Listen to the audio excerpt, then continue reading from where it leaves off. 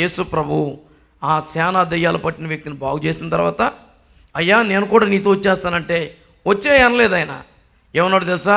లేదు లేదు, నీవు నీ ఇంటికి తిరిగి వెళ్ళి దేవుడు నిన్ను కరుణించిన రక్షించిన విధానాన్ని నీ ఇంటి వారికి చెప్పు అంటే, అతడు తిరిగి వెళ్ళి ఏం చేశాడు తెలుసా?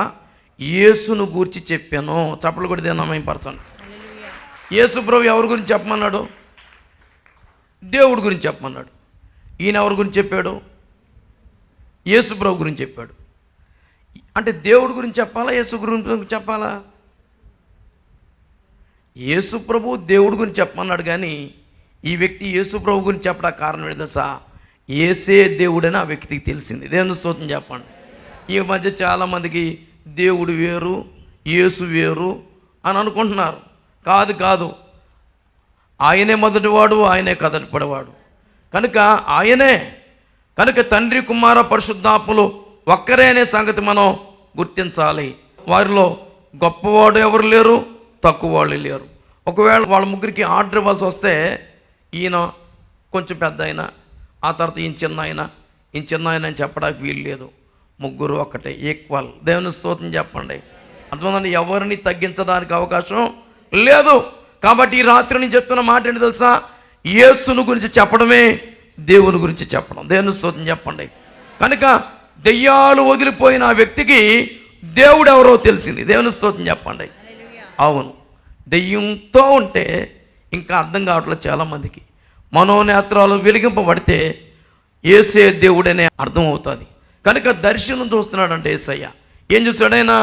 పరిశుద్ధాత్మ శరీరాకారంతో పావురం వలె ఆయన మీదకి దిగువచ్చుట యేసుక్రీస్తు ప్రభువారు చూచాడు. కనుక మీరును దర్శనములు చూచుదురుగాక. దర్శనములు చూచు కృపావరాన్ని ప్రభు మీకు ఇచ్చునుగాక. సంభవింపబోయే సంగతులను దేవుడు బయలుపరుస్తానన్నాడు కదా. ఇక ముందు ఏం జరగబోతుందో ప్రభువు మీకు చూపించునుగాక. ఎక్కడన్నా మీటింగులు ప్రకటించారనుకోండి, ఆ మీటింగులు ఎలా జరుగుతాయో ముందే దేవుడు మీకు చూపించేస్తాడు. దేవుని స్తోత్రం. ఒకవేళ ఆటంకాలు వస్తాయన్నప్పుడు కూడా ముందే దేవుడు చూపిస్తాడు. దానికి తగిన విధంగా మనం సిద్ధపడవచ్చు. కనుక ప్రభువు దర్శనమిచ్చునుగాక. ఎవరికి దర్శనం? ప్రార్థించే వాళ్ళకి. కనుక 1 మారుమనసు పొందాలి, 2 బాప్తిసం పొందాలి, 3 ప్రార్థన చేయాలి, 4 దర్శనము చూడాలి, 5 అప్పుడు నీవు నా ప్రియ కుమారుడువు, నీ యందు నేను ఆనందించుచున్నానని ఒక శబ్దము ఆకాశము నుండి వచ్చెను. 5వది ఏంటంటే దైవ స్వరాన్ని వినాలి. దర్శనం చూస్తే సరిపోదు. కొన్నిసార్లు దర్శనాలు కూడా అర్థం కావండి. కొంతమందికి వింత వింతైన దర్శనాలు వస్తాయి. ఆ దర్శనాలకు వాళ్ళకి అర్థం తెలియక అయ్యగారులైన మా మీద పడతారు. వాళ్ళకి వచ్చింది ఏంటో మాకు తెలియదు, మమ్మల్ని చెప్పమంటారు. అయ్యగారండి యాపిల్కాయ కనపడింది అంటారు. ఏం చెప్పమంటారు? కొంతమంది ఏదో ఒకటి చెప్పేసి వాళ్ళు ఉంటారు. అమ్మ నీ ఆరోగ్యం బాగుంటలేదని ప్రభువుకి తెలుసు, నువ్వు యాపిల్ రోజు తిను, రోజుకు 1 యాపిల్ తిను. అబ్బా అప్పుడు అనుకుంటుంది మా అయ్యగారు ఎంత మర్మం చెప్పాడు. ఊరినాయన ఈ పరిచర్య ఎక్కువైపోయింది మధ్య. కనుక నీ దర్శనం ఇంకొకరు చెప్పడం కాదు, నీకొచ్చిన దర్శనం నీకే దేవుడు బయలుపరుస్తాడు, తెలియజేస్తాడు. అయితే ఒకవేళ అక్కడికి తెలియపోతే ప్రార్థిస్తూ ఉండగా దేవుడు మాట్లాడతాడు. దైవ స్వరాన్ని మనము వినాలి. ఎంతమందికి యేసయ్య స్వరం వినాలి ఆశ ఉందో? 2 చేతుల పైకి దేని చెప్పండి. హల్లెలూయా. ఎంత ఆశ ఉందే? ఏం చేయాలి? ముందు మారు మనసు, 2 బాప్తిసం, 3 ప్రార్థన, 4 దర్శనం, 5 కాబట్టి కొంతమందికి మారు మనసు ఉండదు, ఏముండదు. దర్శనం వచ్చిందంటే దేవుడు మాట్లాడాడండి అంటాడు. వాళ్ళు కనుక ఆ మాట అంటే కొంతమంది నీకు దర్శనం, నీ బతుకు సరైంది కాదు, నువ్వే తెల్లారలైతే అందరం దర్శిస్తూ ఉంటావు, నీకు మళ్ళీ దర్శనం. అవునులే నీకు దర్శనాల్లో అలాగే కనపడతాయి.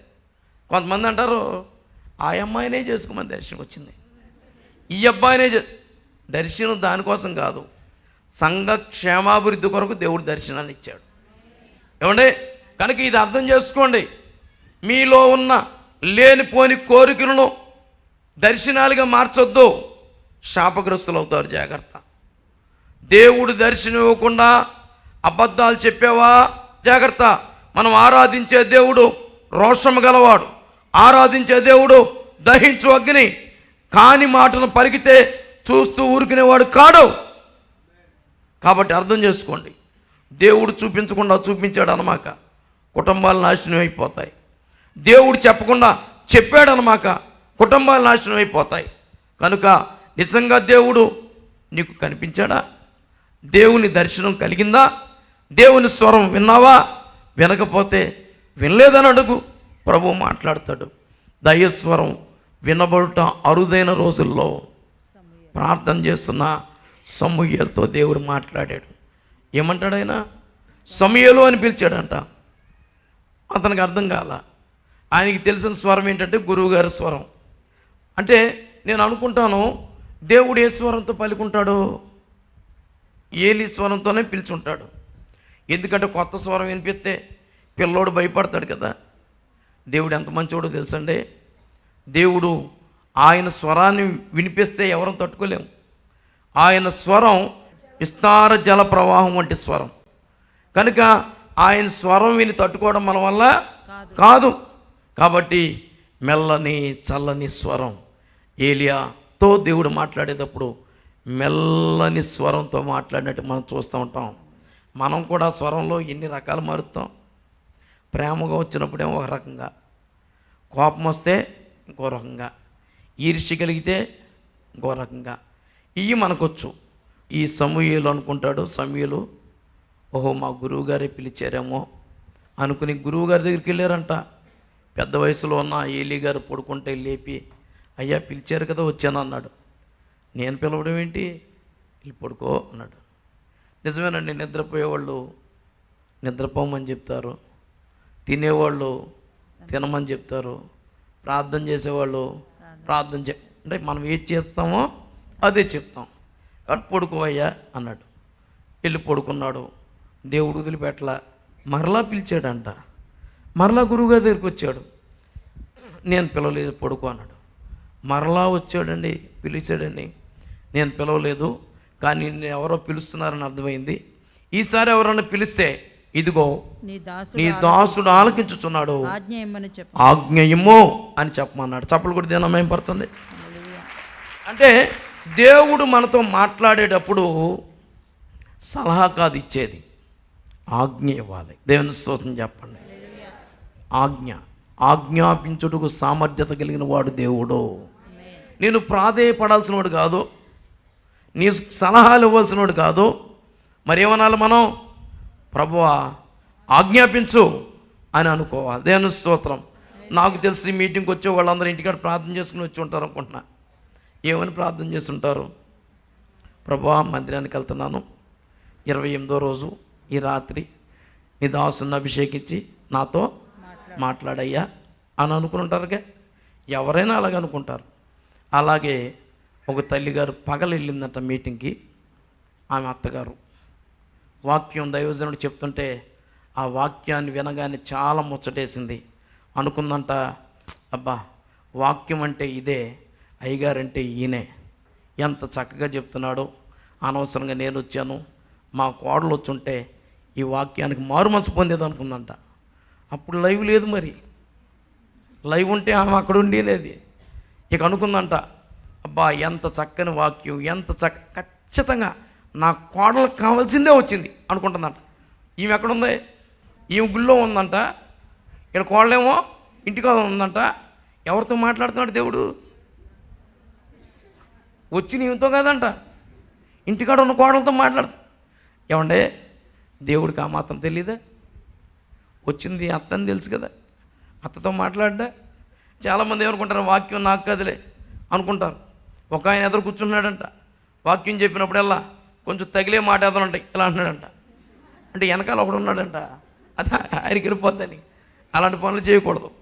ఆ మీటింగ్ అయిపోయినండి అయ్యగారి దగ్గరికి వెళ్ళి, అయ్యగారు 2 వందనాలండి, మంచి దైవజనుడు పిలిచారండి, రాత్రికి ఉంటారమ్మా. చాలా సంతోషం అయ్యగారు, ఇలాంటి వాళ్ళే కావాలండి మనకి అని వెళ్ళిపోయిందంట. వెళ్ళి కోడలతో ఉందంట, అమ్మాయి ఏం పనులు చేయమక్క, పనులన్నీ నేను చూసుకుంటాను అందంట.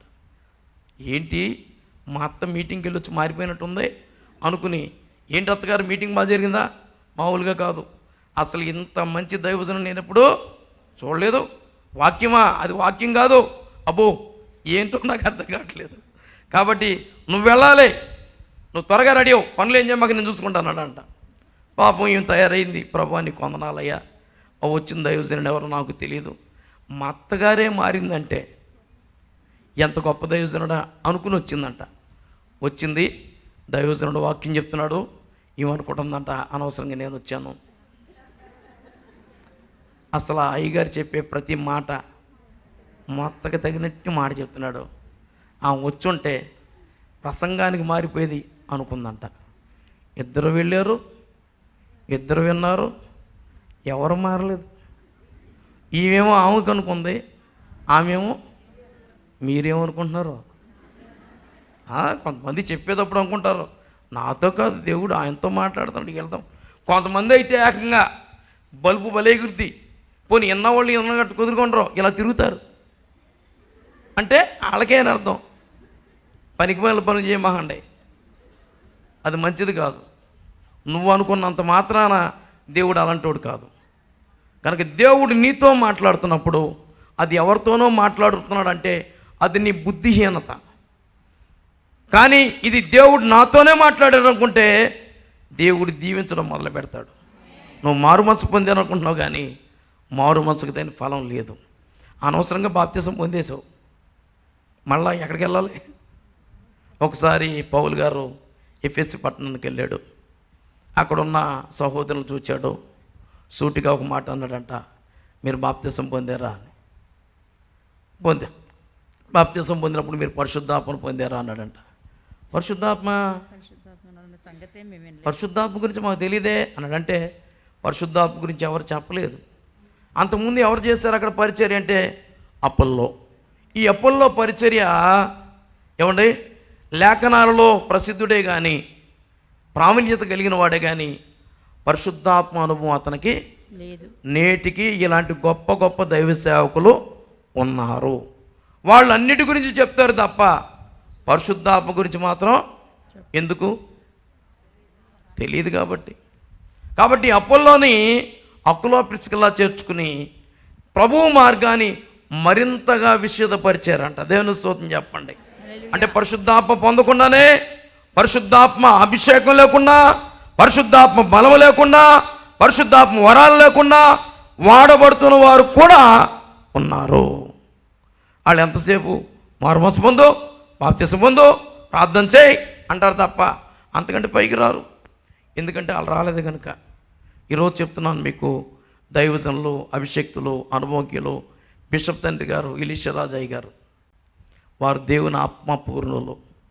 ఏమండి మన్నా మినిస్ట్రీస్లో దైవ సేవకుల మీటింగ్ జరిగినప్పుడు ప్రతిరోజు మొదటి రోజు మేము మొదటి మీటింగ్లో కనీసం ఒక 2 గంటలు ప్రార్థన చేస్తాం.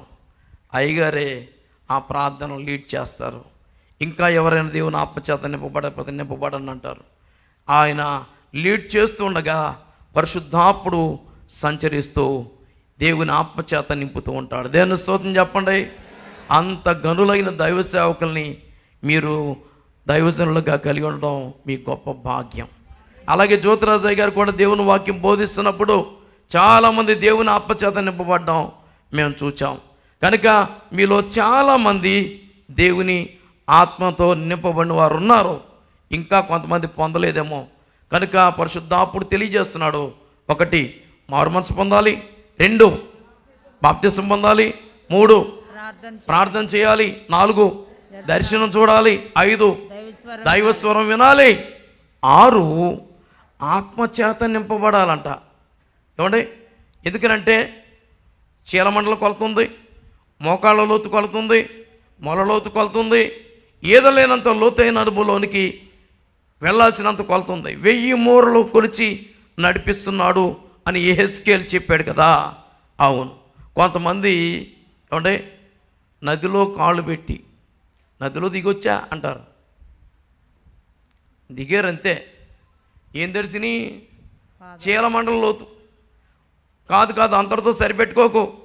మోకాళ్ళ లోతు, ఇంకొక 1000 మూరలు కొలిస్తే మొలలోతు, ఇంకొంత 1000 మూరలు నడిస్తే భుజాల వరకు, ఇంకా 1000 మూరలంట ఈదవలసిన లోతైన అనుభవం. కనుక అలాంటి అనుభవంలోనికి మనం అందరము వచ్చుదుముగాక. దైవజనులు ఫాదర్ ఎస్ఏ బర్క్మెన్స్ గారు ఈ చక్కని పాట పాడారు. జీవజలమా ఆత్మనాథుడా, ఎండని నదిలాగా రమ్ము బోధక. హల్లెలూయా. కనుక మోకాళ్ళ లోతు సరికాదు, మొలలోతు సరికాదు, ఈతలో మునిగి తేలాలయ్యా, తేలి తేలి ఆడాలయ్యా. దేవుని స్తోత్రం. 4వ అధ్యాయం 1వ వచనంలో ఈ మాట ఉంది. యేసు పరిశుద్ధాత్మ పూర్ణుడై యోర్దాను నుండి, అంటే ఆత్మచేత నింపబడిన అనుభవం. ఏ అనుభవం? ఆత్మచేత నింపబడిన, తడపబడిన కాదు, నింపబడిన. మనందరికీ తెలుసు, నిండుకుండా తొనకదు. పరిశుద్ధాత్మ పూర్ణులు ఏది పడితే అది మాట్లాడరు, ఎలా పడితే అలా మాట్లాడరు. చాలా అంటే వారి మాటలు తక్కువగా ఉంటాయి, దేవుని మాటలు ఎక్కువగా ఉంటాయి. దేవుని స్తోత్రం. కనుక యేసు నామములో మీరు అందరూ ఆత్మపూర్ణులగుదురుగాక. కనుక ఈ 40 రోజులు పూర్తి కాకముందే మీరు ఆత్మచేత నింపబడుదురుగాక. దేవుని ఆత్మచేత నింపబడిన అనుభవం, గిన్నె నిండి పొర్లుచున్న అనుభవంలోనికి మీరు వచ్చుదురుగాక. అలా రావాలంటే ప్రార్థన చేయాలి. ఏమంటే ప్రభువుని అడగండి, ప్రభువా దర్శనం కావాలి, ప్రభువా నీ స్వరం వినాలి, ప్రభువా నీ ఆత్మతో నింపబడాలి అని అడగండి. దేవుడు ఖచ్చితంగా నింపుతాడు. యేసు ప్రభు ఒక మాట చెప్పాడు, మీలో తండ్రి అయిన వాడు తన కుమారుడు రొట్టెని అడిగితే రాతినిస్తాడా? గుడ్డుని అడిగితే తేలినిస్తాడా? చేపను అడిగితే పామునిస్తాడా? మీరు చెడ్డవారయ్యుండి మీ పిల్లలకు మంచి ఈవులను ఈయనెరిగి ఉండగా మీ పరలోకపు తండ్రి తన్ను అడుగు వారికి ఎంతో నిశ్చయంగా పరిశుద్ధాత్మను అనుగ్రహించును. చప్పలు కొట్టండి. ఏమిస్తాడు ఆయన? తన్ను అడుగు వారికి. యోవేలు ప్రవక్త ద్వారా చెప్పాడు ఆయన, అంత్య దినములలో అందరిపైన ఆత్మను కుమ్మరిస్తాను. దేవుని స్తోత్రం చెప్పండి. అందరిపైన, కొందరిపైన. అయితే అందరికీ పరిశుద్ధాత్ముడు కావాలా? కావాలి. ఇప్పటికే పొందేవారు కానీ కొంతమంది అడగట్లా. పరిశుద్ధాత్మ విలువ చాలామందికి అర్థం కావట్లా. ఒక తండ్రి నీ కొడుకు డబ్బులు అడిగాడంట, ఎత్తుకునే వయసు. వాడిని ఎత్తుకున్నంటే నాన్న డబ్బులు అన్నాడంట. లేక పుట్టాడు కదని, అడుగుతున్నాడు కదని 10 రూపాయలు ఇచ్చాడంట. ఆడన్నాడంట, వద్దు నాకు డబ్బులు అన్నాడంట. ఎరా 10 రూపాయలు సరిపోవా? మా చిన్నప్పుడు మా నాన్న 5 పైసలు కూడా ఇవ్వలేదు, నీకు 10 రూపాయలు సరిపోవట్లేదా? రోజులు మారిని ఏం చేస్తాం అని 50 రూపాయలు ఇచ్చాడంట. 50 రూపాయలు కూడా తీసుకోకుండా వద్దు నాకు డబ్బులు అన్నాడంట. 50 సరిపోవా అని 100 ఇచ్చాడంట. వద్దు డబ్బులు అంటున్నాడంట. చిరాకు వచ్చి కోపం వచ్చి 500 నోటు ఇచ్చాడంట. వద్దు నాకు డబ్బులు లేవురా అన్నాడంట. లేవు అనగానే ఆడికి కోపం వచ్చింది. ఆవిడకే పిల్లోడు కోపం వచ్చి జోబిలా కొట్టాడంట. అయ్యో డబ్బులు అన్నాడంట. ఏ డబ్బులు అంటే ఆడి దృష్టిలో డబ్బులు ఏంటి? చిల్లర. చాలామంది చిల్లర బతుకులే. పరిశుద్ధాత్మొద్దు మాకు. ఏం కావాలి? స్వస్థత కావాలి, ఇల్లు కావాలి, పెళ్ళి కావాలి, ఉద్యోగం కావాలి. భూమి మీదయే తప్ప పరలోకంలో ఏది మాకు వద్దు. ఆత్మవరాలు ఉన్నాయి అడగరు, కృపావరాలు ఉన్నాయి అడగరు. ఏమంటే ఆత్మఫలం ఫలించాలి దాని గురించి అడగరు. ఎంతసేపు భూ సంబంధమైన వాటితో సరిపెట్టుకుంటే నేను అంటాను, నీది ఎదిగి ఎదగని విశ్వాసపు స్థాయి. పౌలు అంటాడు, కాలమును బట్టి చూస్తే మీరు బోధకులుగా ఉండాలి, కానీ మొదటి మూల పాఠములను మరొకటి మీకు చెప్పాల్సి వస్తుందే అని బాధపడ్డాడు. మిమ్మల్ని బట్టి నేను సంతోషిస్తున్నాను. అయ్యగారిని దేవుడు ప్రేరేపించి బైబిల్ స్కూల్ ఏర్పాటు చేశారండి. నిజంగా ఇక్కడ వాక్య తర్బీదై అనేక ప్రాంతాల్లో బహుబలంగా చాలామంది వాడబడుతున్నారు. మా పులపూర్ సంఘ పెద్ద గారు డాక్టర్ ఇస్రాయేల్ గారు ఇక్కడే బైబిల్ తర్బీద్ అయ్యారు. ఏమండి చాలా చక్కగా నేర్చుకున్నారు. ఇప్పుడు ఆయనకి అసలు ఖాళీ ఉంటలా, అనేక ప్రాంతాలకు పిలుస్తున్నారు, ఆయన్ని ప్రకటించుకుంటూ వెళ్ళిపోతున్నాడు ఆయన. దేవుని స్తోత్రం, హల్లెలూయా. అవునండి. ఏమండి అదేంటో కానండి, మన్నా బైబిల్ స్కూల్లో ట్రైనింగ్ అయిన వాళ్ళు ఒక్కరోజు కూడా ఎక్కడ ఖాళీగా ఉంటారని చూడాల. ఎందుకంటే ప్రతిరోజు దేవుని చేత ఎక్కడో చోట వాడబడతామే. దేవుడు వారిని అలా నడిపించగలుగుతున్నాడు అంతే.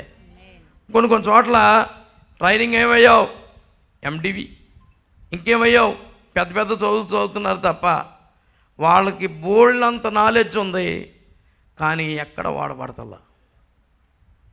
ఎందుకు చెప్తున్నానంటే నీకెంత తెలుసు కాదు, ఎంత భారం ఉంది అనేది ముఖ్యం. నీకు భారం కలిగితే ప్రభువు నిన్ను వాడుకుంటాడు. భారం లేకుండా ఎంత తెలుసుకున్న ఉపయోగం లేదు.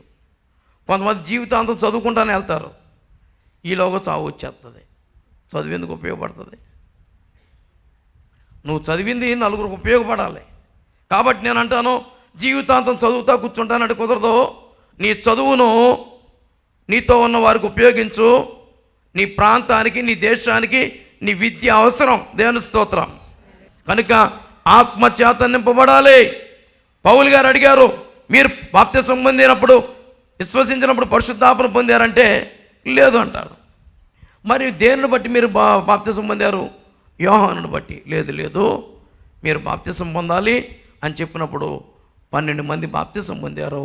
పౌలు చేతులు ఉంచగా వారందరూ పరిశుద్ధాత్మ చేత నింపబడ్డారు. అభిషక్తులు చేతులుంచుట ఎంత ఆశీర్వాదం.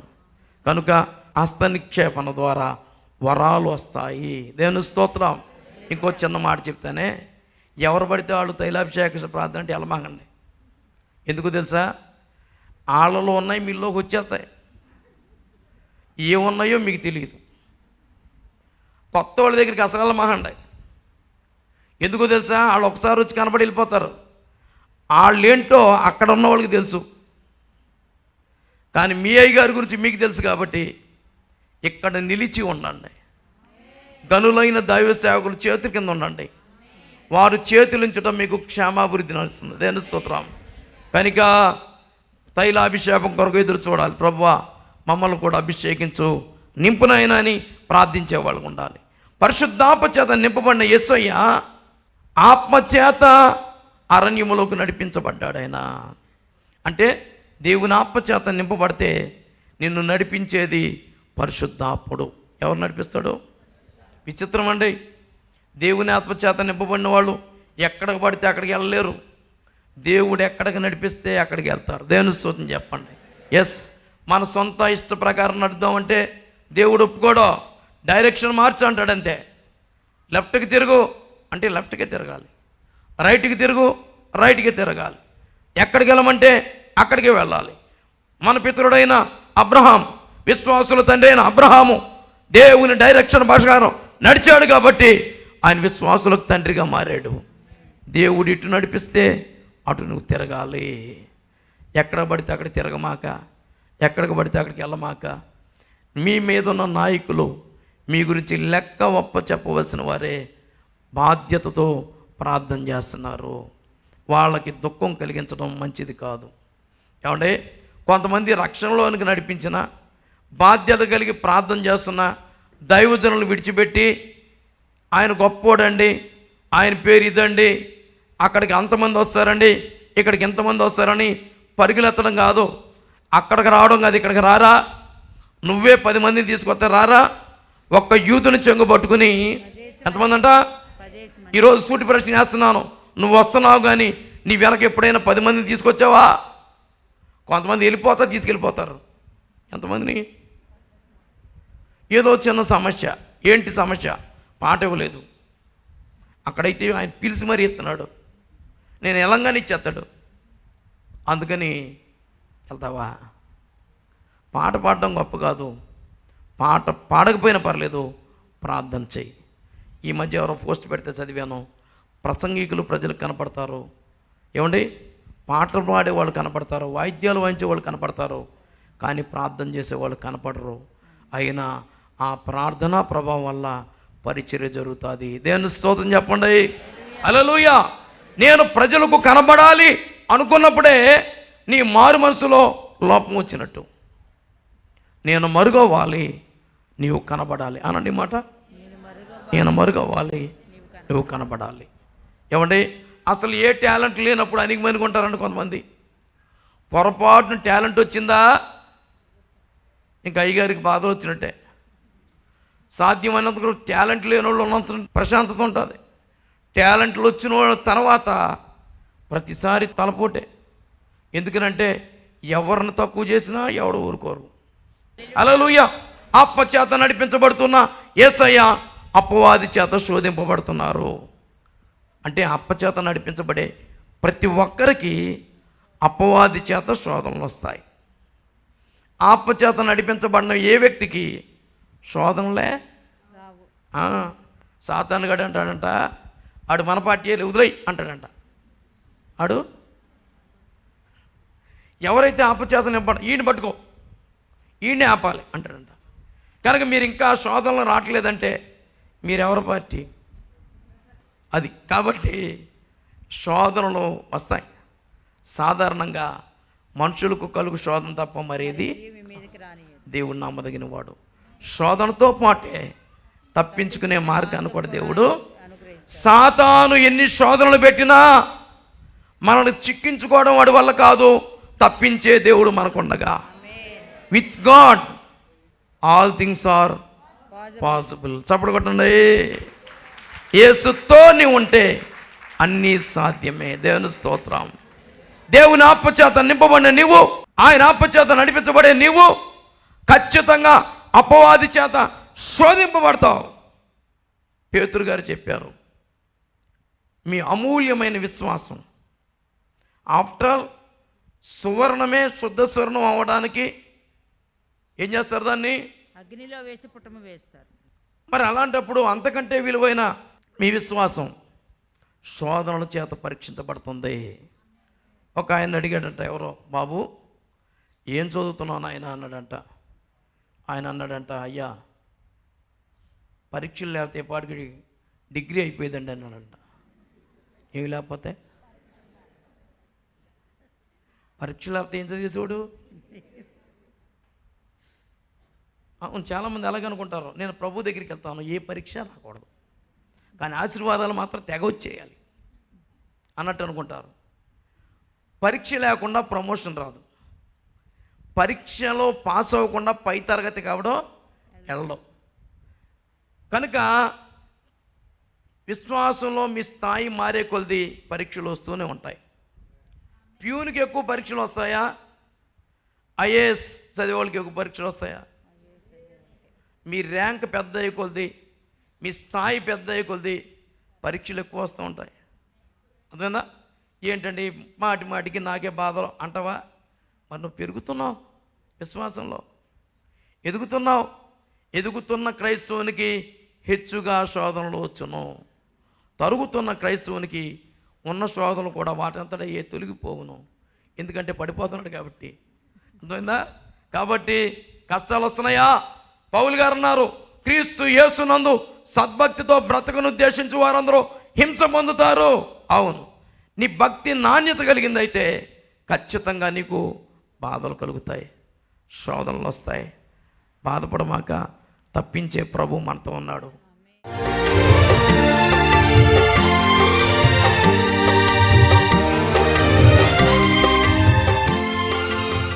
మీరు సంప్రదించవలసిన చిరునామా రెవరెండ్ జి జాషువా జ్యోతి గారు, మన్నా చర్చ్, రైల్వే స్టేషన్ దగ్గర, కైకలూరు, కృష్ణా జిల్లా. మీరు సంప్రదించవలసిన ఫోన్ నెంబర్ 9154495777.